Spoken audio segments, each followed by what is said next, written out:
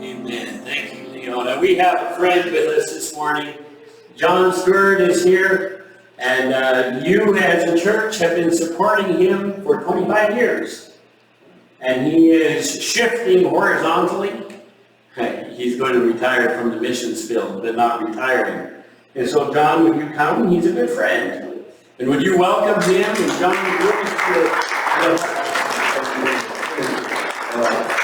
well, good morning, church. Well, what just a beautiful spirit here this morning. And you know, Pastor Bart and Jennifer, I just really appreciate your hearts. And but you know, he didn't give me a time limitation of what I have, and so I need to set my timer because I failed to ask him what are we looking at for time, and but I didn't, and he didn't tell me where am I looking at is for time, because my longest sermon I preached over the years overseas was 3 hours long. And, I saw some of your looks on your faces like, oh, yeah. I won't go 3 hours. The reason why I went so long is because I was interpreted into 7 different languages. I was speaking the Indonesian language, and so it was interpreted, no English was involved at all. And so it was interpreted 7 times. And I'll be honest with you, church, by the time it got back to me a couple of times, I had to nudge my interpreter from my Indonesian, what was my last point? Because it took so long to get around 7 times before it got back to me again. So it was a wonderful experience. But I just want to let you know, Carolyn sends her deepest apologies and her very kind regards. She's not able to join me on some of these travels that I go on because of the distance. But we live in northeastern Oregon now. And please, folks, if you're ever in the neighborhood, stop on by. We'll give you a cup of coffee. I'm a big tea drinker. I'll give you some South African tea. And if I have a barbecue going, I'll cook you up a hot dog or a hamburger, and maybe even a steak, depends on what's on the grill. But we'd love to have you come by and see us. But she's not able to join me because she got a job. For the first time in 27 years, because we've always been overseas, and she got a job. And she's teacher's aide at the charter school in our community. So she absolutely loves it. I told the Sunday school class this morning that she's got a couple boyfriends. One's in kindergarten and one's in first grade, so I need to go find out if I'm threatened at all by these two boys. So they flirt with her every day, and she loves it, and I do too. It's just a lot of fun. But she does send her apologies, and she wishes she was here. I'll be honest with you folks, when I came into Lions this morning, I had a little extra time before I came into the church, and so I kind of drove around in the community. It's a beautiful community. My word, it's just like peaceful, calm, and it's just a delight to be in. And so thank you for allowing us to, I say us because Carolyn's with me in spirit, and she's praying right now. So thank you, pastors, for allowing us to come. I know I'm being videoed, so I have to be careful what I say, because some of the stuff we have experienced over the years is rather sensitive, so I won't go in that area. But I want to drop an African proverb. Can I move around? Okay. I'll try to behave myself and stay close to the middle. But I want to pass on an African proverb to you this morning, because each and every one of us are significant. Okay, because I love this verse. I shared it in Sunday school, and it's Ephesians chapter 2, verse 10. For we are God's workmanship. Think about that. God didn't make any mistakes. Okay? Each one of us, we are God's workmanship, created in Christ Jesus to do the good works that He has prepared in advance for us to do. Okay, so you are significant this morning. God has something special for your life, and He's a plan for you to be used by Him to touch somebody for Jesus. But this African proverb goes like this. If you think you are small and insignificant and cannot seem to make a difference, apparently you've never spent the night with a mosquito.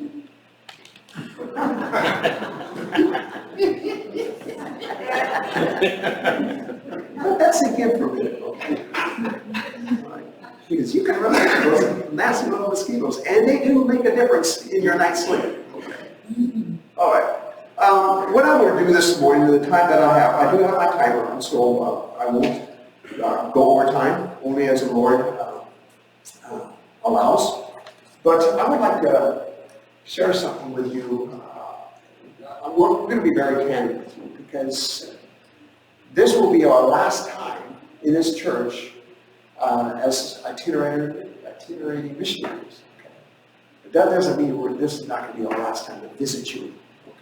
Okay? Lions is one of those churches that just really made an impact on our lives, and you're special to our hearts.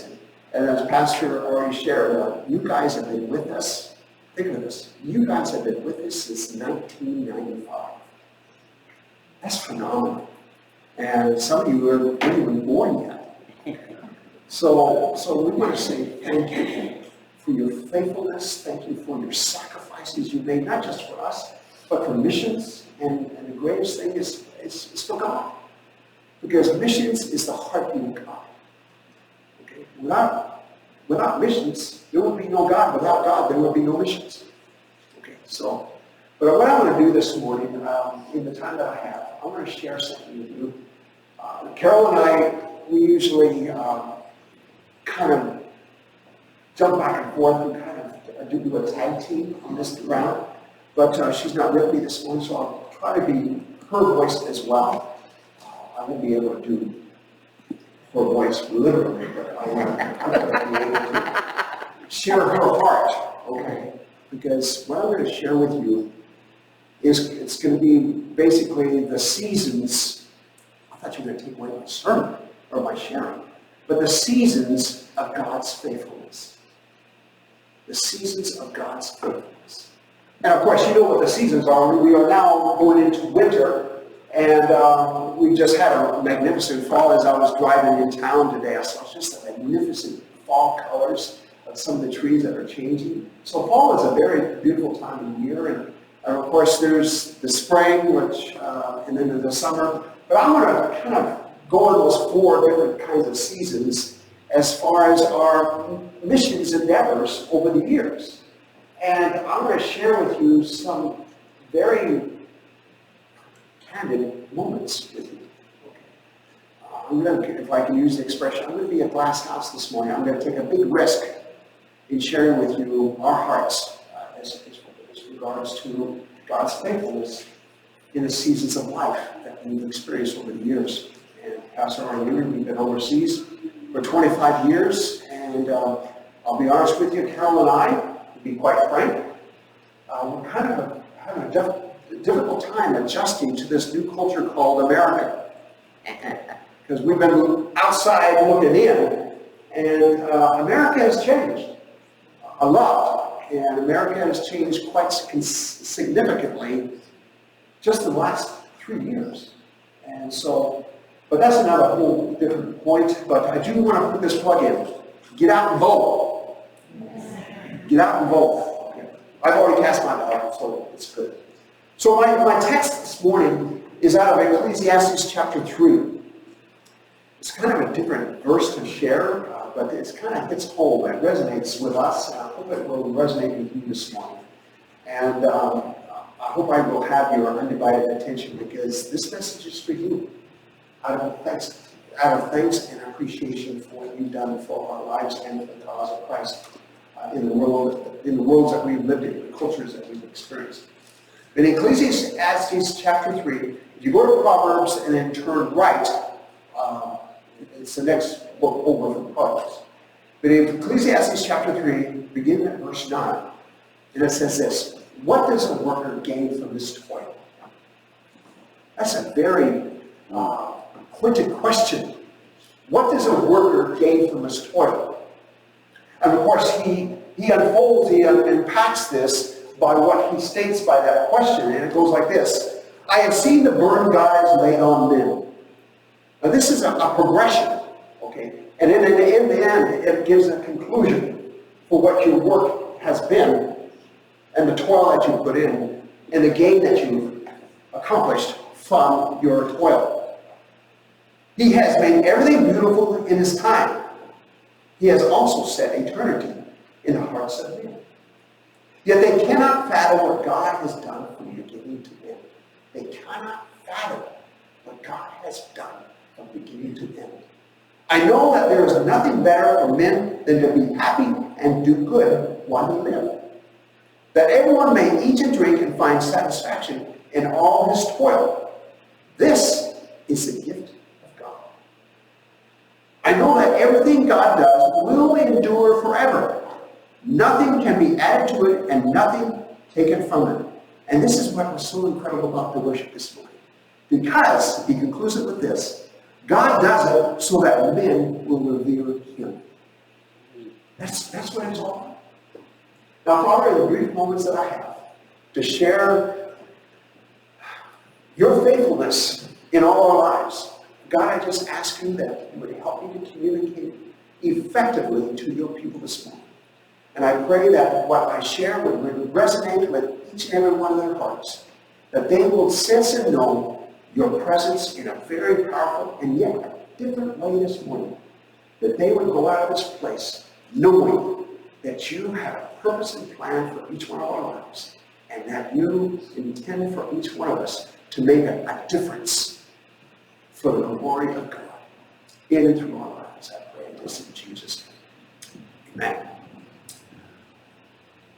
Where does it all begin for us? Well, for us, there was a beginning, and I already shared with the Sunday school this morning, but I'll kind of unpack it a little bit this morning from what I shared. But, you know, you're looking at a radically born again. Some of you may not even recognize this terminology, but because some of you are too young. But when I got saved, I got radically saved. And you're looking at a born again hippie. Okay. Picture, if you could, this young lady right here has got long blonde hair. That's where my hair was, okay, way back in 1981. And so, I mean, I was, in fact, my wife and I met for the very first time when she came over to my house with her boyfriend for a drug deal. Okay, I was one of those that was dealing drugs in the community that we lived in. And so I was just like in the gutter, and I was just way out in left field. And, but God changed all that. And I married Carolyn, and of course she had backslidden. She was raised in the Assemblies of God church. I was not. In fact, I made this condition with her when we got married, because I knew her background. I told her, I said, now when we get married, we're not going to have anything to do with church. I mean, I don't want anything to do with it, because I heard about your kind of people. Okay, you guys you're holy rollers. I mean, you kind of, the picture I got from you guys is that you swing from the chandeliers and you jump the pews and you roll on the ground and you just go crazy in church. I don't want anything to do with that stuff. And she agreed. And so we got married, and she got worse and worse in her distance from God, and because of me. And then finally, the Lord was starting to speak to her life. And one morning, she got up and she was getting in her closet in our bedroom, and she felt this tap on her shoulder. And Carol could take it to tell you better than I could, but she felt this tap on her shoulder. She says, "Today is the day. Today is the day." And she knew what that meant. So she got on the phone that day and she called the pastor's wife in the community that we lived in. And she basically told her what she needed to do, and the pastor's wife led her to the Lord right on the phone. Your time is coming. And just be ready.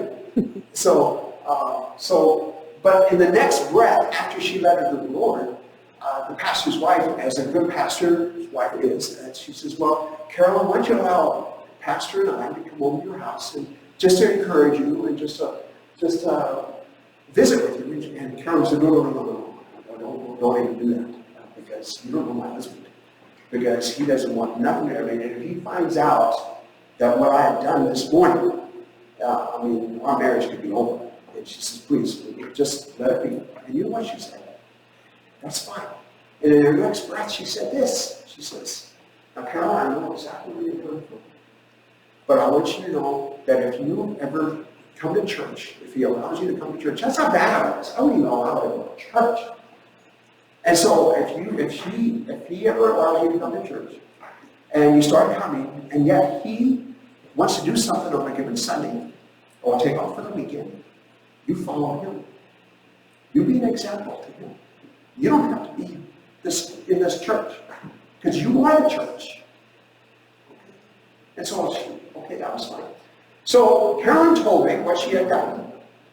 But see, this is the working of the Holy Spirit. You can never fathom what God has done from the beginning to the end.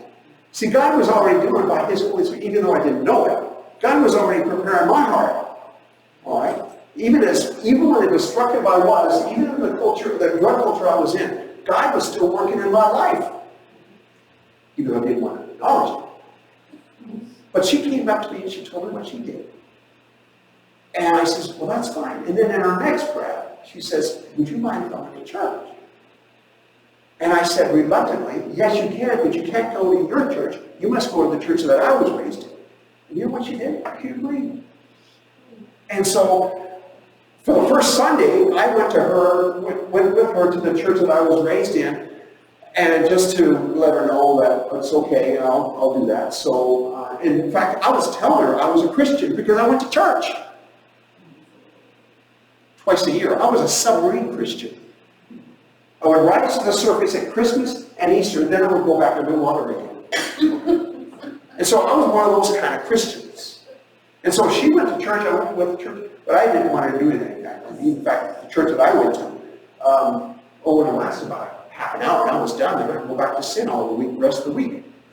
So this went on for a while, and finally she asked me if she could go back to her church, the Assemblies of God. And so I says, "Sure, why not? But you're not going to take the kids." And this is important because I really want to stress this. Children's programs, children's church, children's Sunday school is so vital to the heartbeat of the church. Okay? And I'll tell you the reason why in a minute. And so she went to church, and I had the kids. Now, you need to understand, I love our children deeply. And at that time, they were like 2 and 4 years old. So she went to church, and I was at home with the kids. That was the biggest mistake I ever made. Because, they interfered with my day. And that's what I couldn't understand. What cats me out do people do in church for 3 to 4 hours? That was back in the day when you go to Sunday school, you had your Sunday school programs, then you go to church, and the preacher just kept on going and had several conclusions when he said he was almost done, and in conclusion. Well, This went on for about 3.5 hours. And I says, what in the world do these people do for 3.5 hours? When I go to church, I'm done in a half an hour. Okay, so then she came home, but that one particular Sunday, those kids must have got stung by a bee. Because they were just bad news. I mean, they were just interrupting my sports. Used to be in football or whatever the sport would be. I would be nailed to that TV. I never did drugs in front of my children. I never did. But see, when they were up, I couldn't do my drugs. And so they were with me for 3.5 hours. And finally, this is enough. And that day, they were just, if I can use the term, they were brats. And so when Caroline came home from church that day, I had our little Annabelle. And I had her in my arms. And as soon as she opened that door, I just put Annabelle right in her arms. She says, you take these kids to church with you. I can't stand it any longer. That was mistake number one. That was mistake number two. Number one was Karen was praying for my salvation. Number two, I allowed the kids to go to church. Now this is where the children's program comes in. Okay. Caroline would never preach to me. She would never say anything to me, but she lived the life. She lived the holy and righteous life that God was expecting of her. And so that was part of the problem with me, was it's just bothered me. And then the kids started going to church. And you know what the kids would do? When they would come home from church, you know what they would do? They would just come in, and I couldn't resist it. And so they would come in, and they had their Sunday school programs. They had their Sunday school, their stories. And they would climb on my lap and say, Daddy, Daddy, read me this story. And with those gentle, sweet eyes and that child's voice, how can I refuse? God's word does not return to him void. So I was reading those Bible verses, I was reading those stories to them, and the Lord was starting to feed me of what I need to do to change. In the meantime, I was working for Morrissey Cascade, and that's another thing as I drove through your community. You still have a yard, a lumber yard over there. I had that big machinery and stuff. And it's just like, boy, that just brought back memories. And so I worked with the sawmill for Morrissey Cascade for about 12, 13 years. But in the meantime that I was working there, there was a guy there. And he was a very strong, committed Christian. So while Carol was praying for me during this whole course, and as she was going on about how to witness to me, well, God was taking care of that by allowing somebody else to witness to me. And this guy his name was George. Okay. And each day when I would go to work, George was one of those guys that I was operating the machinery, and he was receiving the blunt of my wickedness by making his work miserable. Okay. I was a miserable guy that made his life miserable, but he never showed it. He just lived his life. Once in a while, he would drop a nugget of truth to me about the word, so I knew he was a Christian. Well, one particular night, while Carolyn, it was on a Saturday night, and Carolyn invited me to go to our church function. And by the way, ladies, young brothers and sisters, ladies and gentlemen, don't ever think you can get away with mocking God. Okay? You cannot mock God and get away with it. When Carolyn asked me if I would like to go with her with this church function, I looked at her with such arrogance in my eyes and my countenance. And I said to her, I says, so what are you going to do, Carolyn? Are you guys just going to sit around and read the Bible all night? And she said, no, it's just going to be a simple church function, just like what we're going to have later on. So she went to work she went to that function that night. And the kids went to bed, and I was sitting there, and I was just about ready to light my joint. Okay, I was still doing drugs, but the kids were in bed. Carol was awake. So I was just about ready to, and so I went over to the library that we had. And this is back in the day when we had cassette tapes. Some of you guys don't even know what cassette tapes are. I'll even go a bit further than that. You even know what an 8-track tape player is. No. So anyway, so in my library there was some cassette tapes. So I went in over there to find some good music to listen to, and I found this one tape. And I looked at it and I thought, how did I get in here? It was a religious thing. It was by Hal Lindsey. Countdown to Armageddon. And I said, what incarnation is this? And where did this come from? So I was curious. See, this is the work of the Holy Spirit. No man can fathom what God has done from beginning to end. So I stuck that cassette tape player in it, and it had this music going on as the introduction. I said, oh, that's kind of nice, kind of eerie. So then he started sharing. And I listened to that whole thing. And I'll tell you what, that scared me. And so I didn't know what to do with it. I was too proud to ask Carol about it. So I went to work the next day, and I was talking to my guy that I made his life miserable. I told him, I started asking him questions. The machinery broke down, so I started asking him some questions about this thing. So he was answering them, but all of a sudden the machinery started up.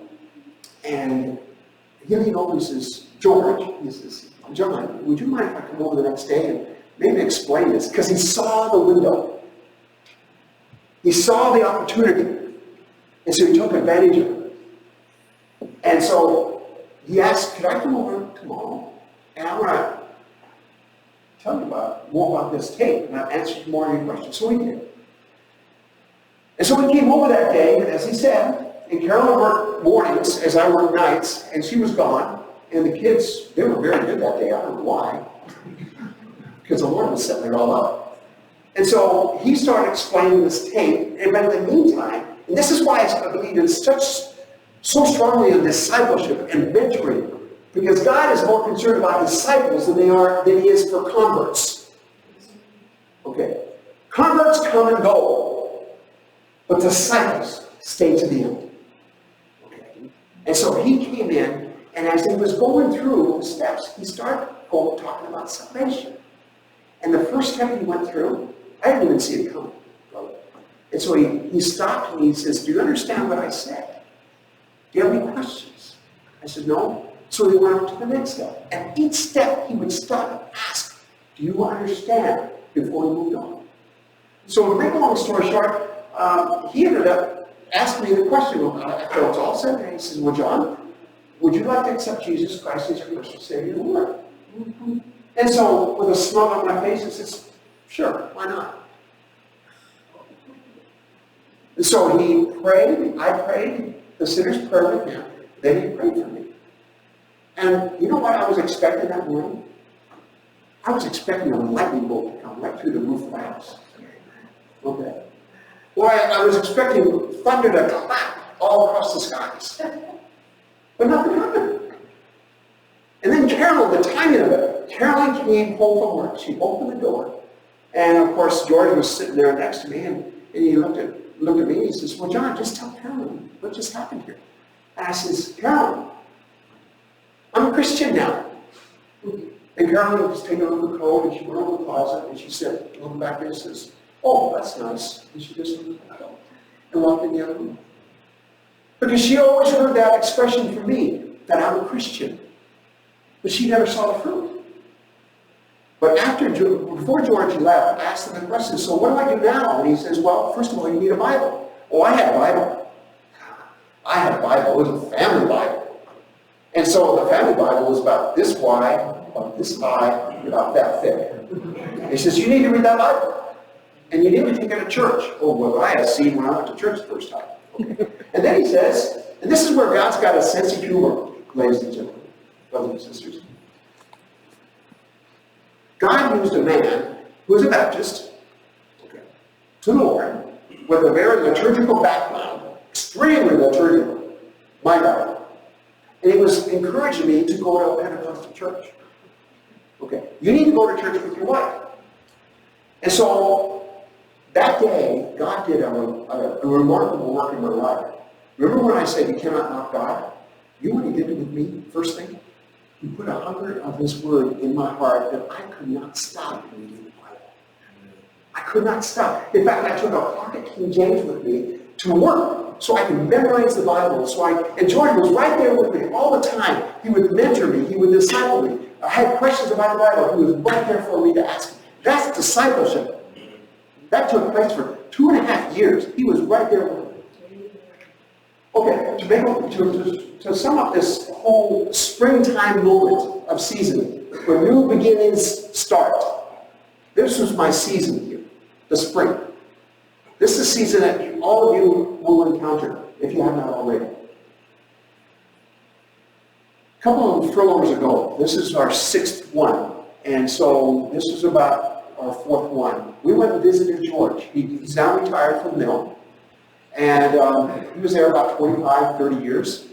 And so we went and visited him, and just to chat with him, and then at the same time, in my next breath, I wanted to express my deepest appreciation and thanksgiving to him for his obedience to the Lord by leading me to the Lord. So in the course of that conversation, I leaned over to George. I said, well, George, you were there for many years after I left, so who else did you get to lead to the Lord? And he looked in my eyes and with a little bit downcast, but at the same time, he was excited. He says, John, you were the only one. You were the only one I was able to lead the Lord all those years. I witnessed to those guys at the mill. And you know what? Look at the incredible journey God has put us on and the lives that we were able to touch only because of George's obedience. Okay, and stepping out. And my encouragement to you, some of you may be witnessing to somebody, and you may be the only one. Just be faithful. Another season of life that we have experienced over the years is, I call it the winter season, okay? Because winter seasons, they're very unpredictable, okay? You never know what's coming. Just like today when I left from Salem to drive out here, it was crystal clear, just like it is right now. And it was just beautiful, and it was balmy, it was nice and calm, and the wind wasn't blowing, and it was just like the sunshine. And as I was driving out, I was coming out on 22, all of a sudden it turned to a dense fog. And the visibility was very low. And so it was very unpredictable. Well, the same thing is with our experience in life. And sometimes times in life can be rather disappointing. You're going to have major setbacks and even challenges. A case in point, see, we're a little bit different in missions than others, because when we went to missions, our children didn't come with us. See, they grew up with this call. Brothers and sisters, it took us 16 years when God called us in 1981. We didn't get to the field until 1995, so that's a long time. Okay? We didn't start missions until 1995, and so they grew up with this call. We talked about it, we went to school, and I studied for it, Carolyn studied for it, and so they just grew up in that surrounding. And so finally the time came, people couldn't believe it, that we actually were going. And it really surprised our kids. Our son, he was already out of high school, he was going on to college, and our daughter, the day we left, she just graduated from high school. And so we were going, and they were staying behind. And so we were overseas for 5 years, and they were just now getting started in life. That being said, when we came back for our first furlough, our children lived in listen, I'm going to be very candid with you this morning, okay, with your permission. Okay. Because this is the disappointment, this is the challenge, this is the heartbreak, this is the hurt of missions. Because when we left for the field, and we came back after that first furlough, 5 years, gone. Our two children lived in Florida at that time. And so when we came back, they invited us to come out and visit them in Florida. And in fact, they even put us up in a nice condo right on the beach in Florida, just north of Miami. We're kids. I said, where did they get this kind of money? We didn't have to put out anything. So we went there, and it was such a nice beach, beautiful surroundings. And so we went out on the beach and walked with them and had a great time. And we went out to dinner that night, and there were trees. Wow, this is very nice. We didn't see it coming. So we got out the next morning, and they decided, we can go on for a walk. And so we were walking along, and all of a sudden, both of them says, "Can we sit down for a minute? We can talk." So we sat down, and started getting a little serious. And then all of a sudden, they both pulled out a letter, and then we see them, and they gave it to us. Well, I'm not going to tell you what all the contents of that letter was, but the message was clear. They both had this message to tell us, "Dad, Mom, you abandoned us when we needed the most in our lives." And from that moment, it was like, what do we say? They were so angry and so bitter to the point where we couldn't even talk to them again. Carolyn tried to send them registered, she sent them registered mail. They would not respond. And so you see these missionaries come to your churches. You need to understand there's some other issues. You ask this missionary, we're so used to it. "Well, how are you doing today, Brother John?" "Oh, I'm doing great." But my heart is broken. And our children won't even speak to us. And so this went on for a long time. And Josh, he was a former Marine, and so he was a little bit more hardened, and so he could handle that kind of challenge. And so he would communicate. At least he was communicating with us. And let me tell you, an ex-Marine, it's pretty hard to communicate with those guys. I was in the Navy, so I can relate. But he would let me know his exact feelings, and they were not pretty. But at least he was communicating. So long story short, we were home for over a year, and our daughter never did talk for that year, for our son. But I could tell as we were praying, and as you were praying, because we were just telling about praying for our children. We wouldn't tell you the specifics of it. That was a hard time in missions. And it was our winter season. But before we left, we could tell that Joshua, our son, was softening up. So at the end, before we left the field, I was able to believe that our son was the Lord. He was in Florida, I was in Oregon, and we had that conversation, and eventually softened up. And today, he's serving the Lord. Our daughter, she's serving the Lord. But it took her a little bit longer. But another heartbreaking moment for us in mission is that, we came from a family, both our families, we like family gatherings. And of course, when we were overseas, people are saying, they were telling us about all these family gatherings and get-togethers and having a great time with all their siblings and stuff and their parents and stuff. And they would take pictures. Every one of those pictures. For 25 years. We were not in any of them. In fact, one of the closing words when my brother passed away a few years back, he says, "John, nobody knows you." See, they knew us all over the world, but our family didn't know us. And you know one thing that really was hard for us is that sometimes we get this feeling like God's called us to save the world, and we can't even save our own family. But in the midst of that winter season, that dark spell, God brought these comforting words to us.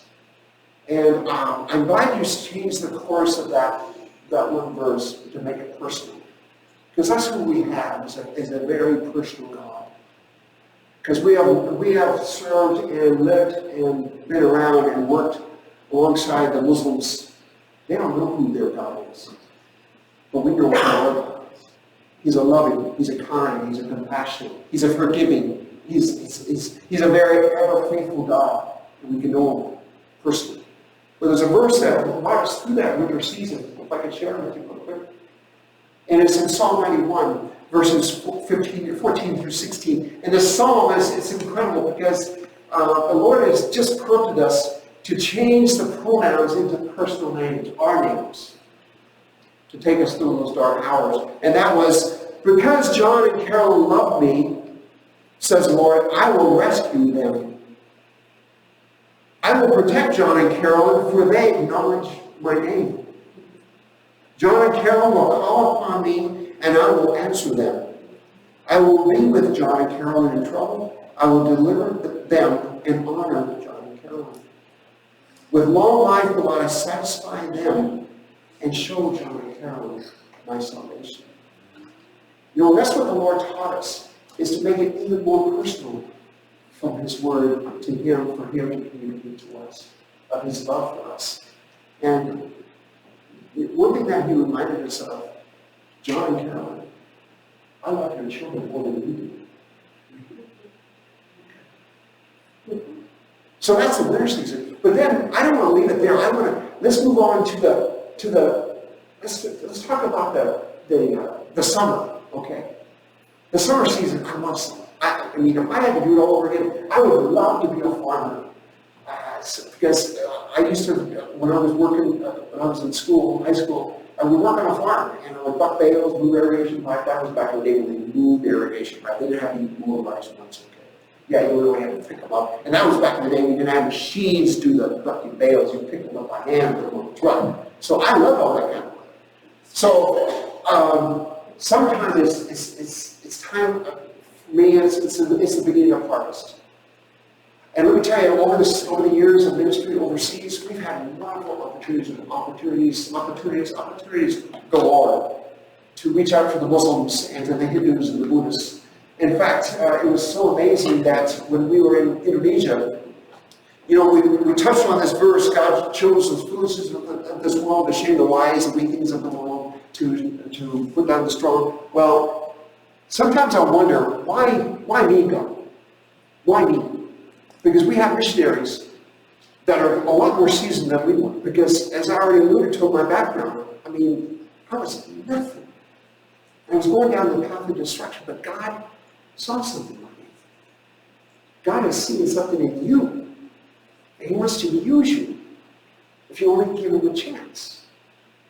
And going back to the days when I first got saved, I had this prayer, and I still pray it to this day. Because I didn't see as much of myself, okay, but God saw something in me. And so I made this prayer. I says, God, whatever you do, whatever you want me to do, I'll do it. God, wherever you want me to go, I'll go. But this was my plea. God, please use me.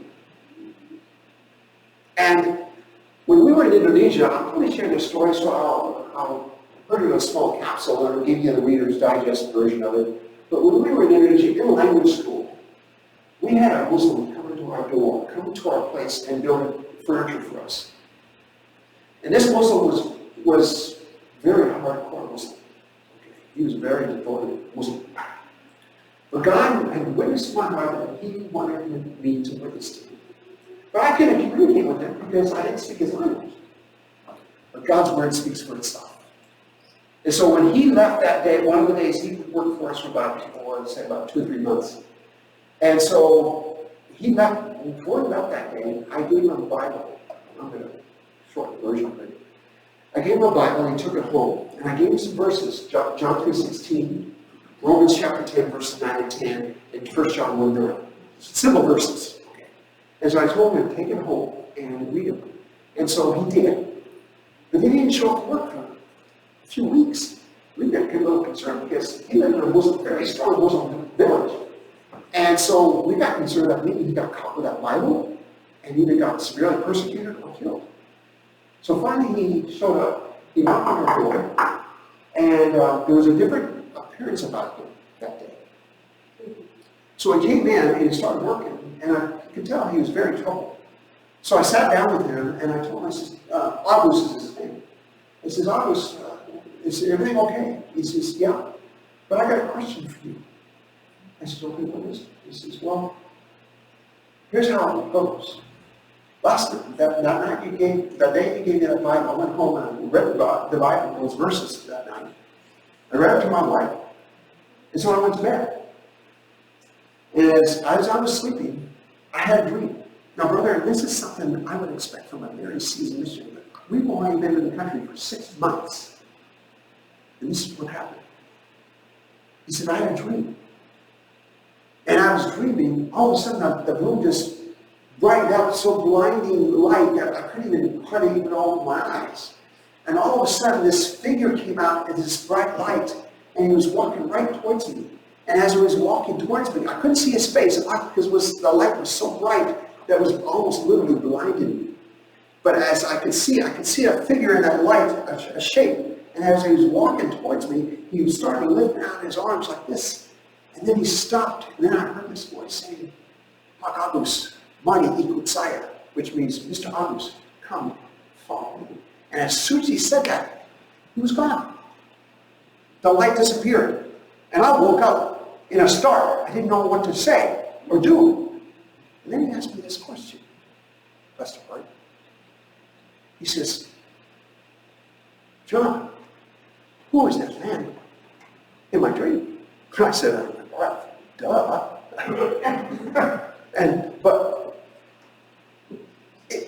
I told him it was Jesus. The one that you read from those scriptures I was telling you about.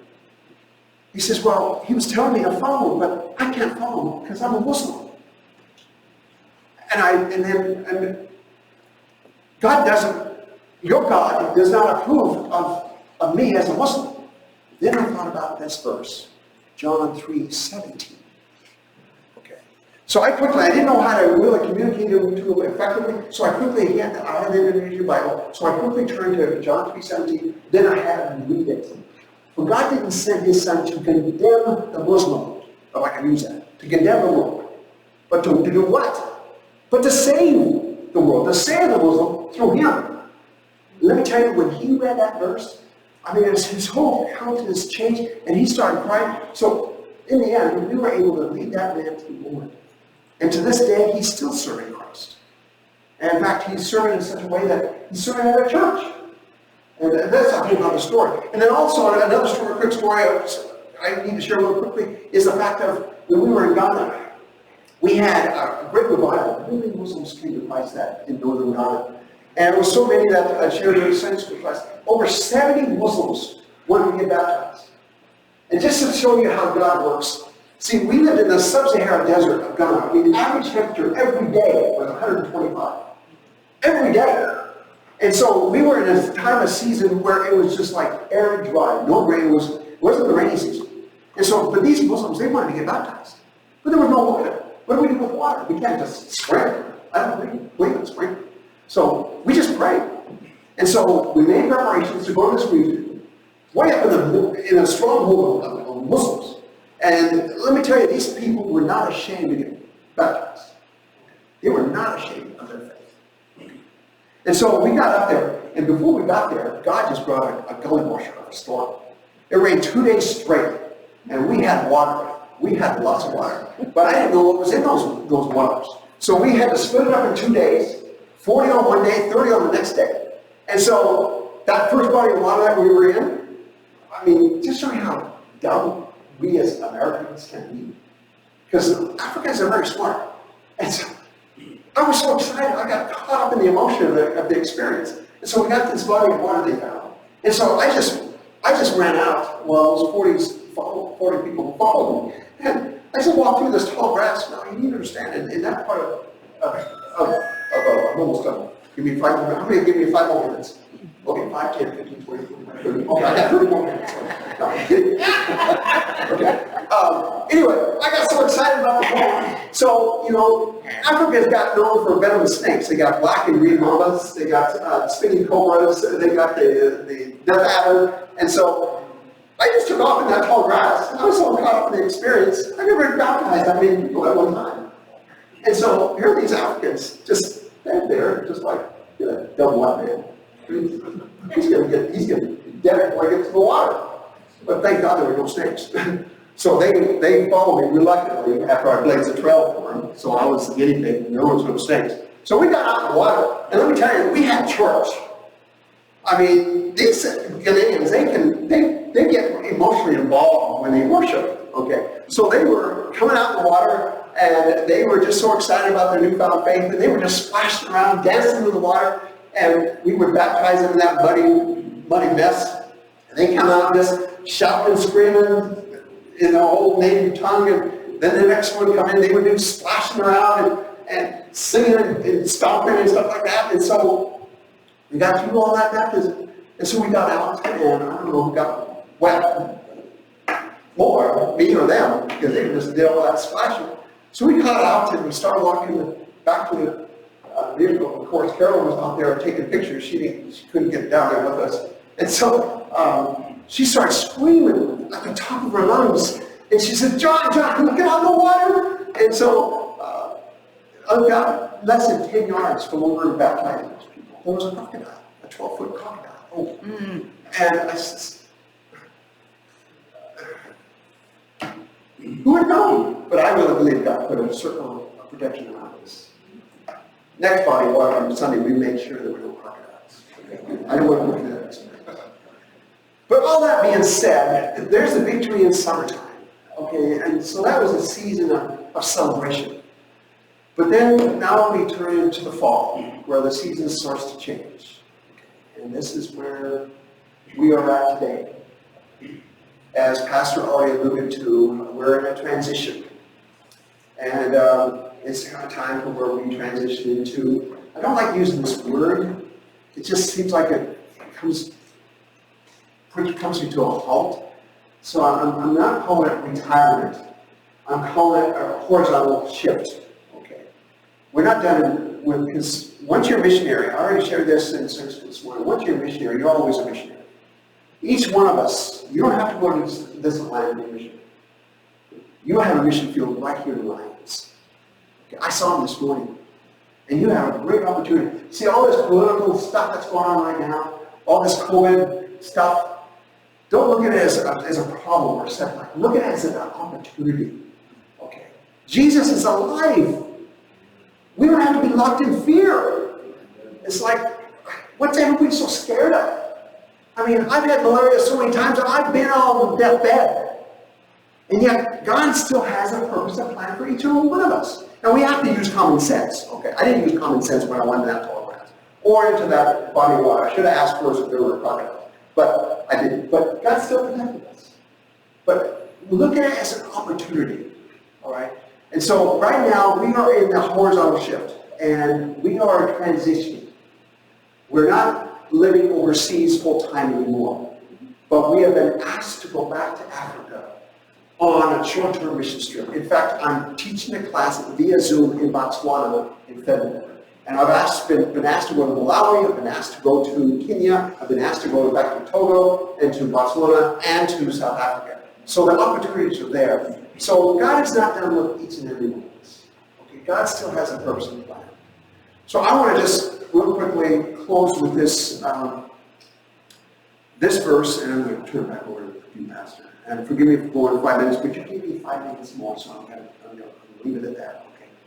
But a couple of verses I want to leave with you, and the first verse has really carried me from the very beginning. And see, I didn't have a good self-image of my life. My life was in drugs. That's what gave me the image. But God came along and gave me a new image in the likeness of God. And from that moment on, He gave me this verse that has carried me on to this very day. And the verse goes like this, Philippians chapter 1, verse 6. And not a lot of you, I'm sure, have it memorized, but some of us need to really take it to heart.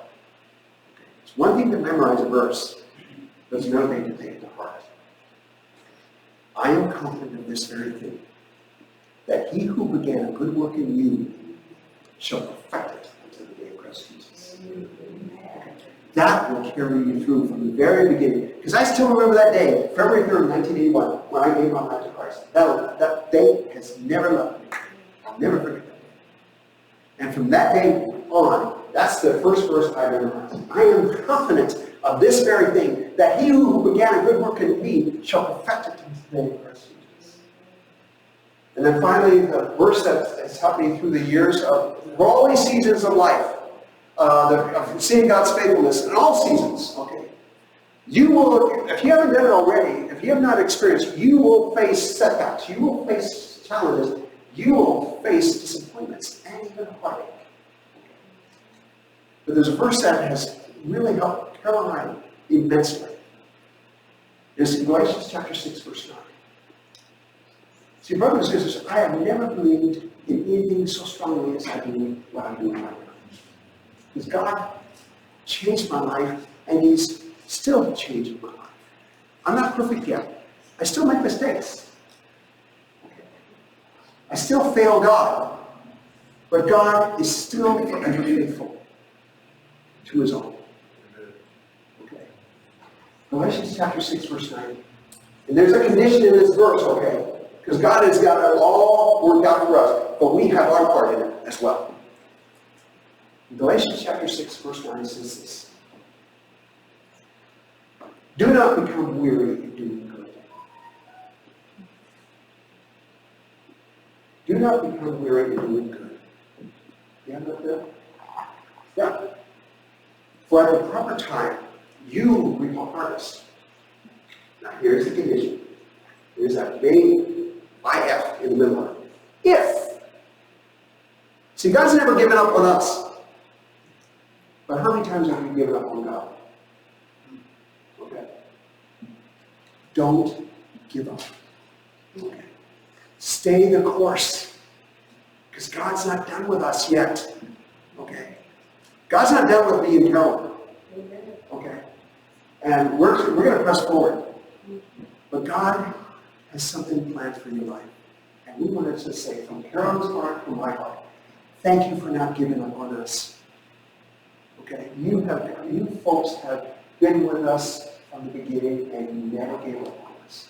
And for that, we want to say thank you and God bless you. Do not become weary in doing good, for at the proper time you will reap a harvest. Just don't.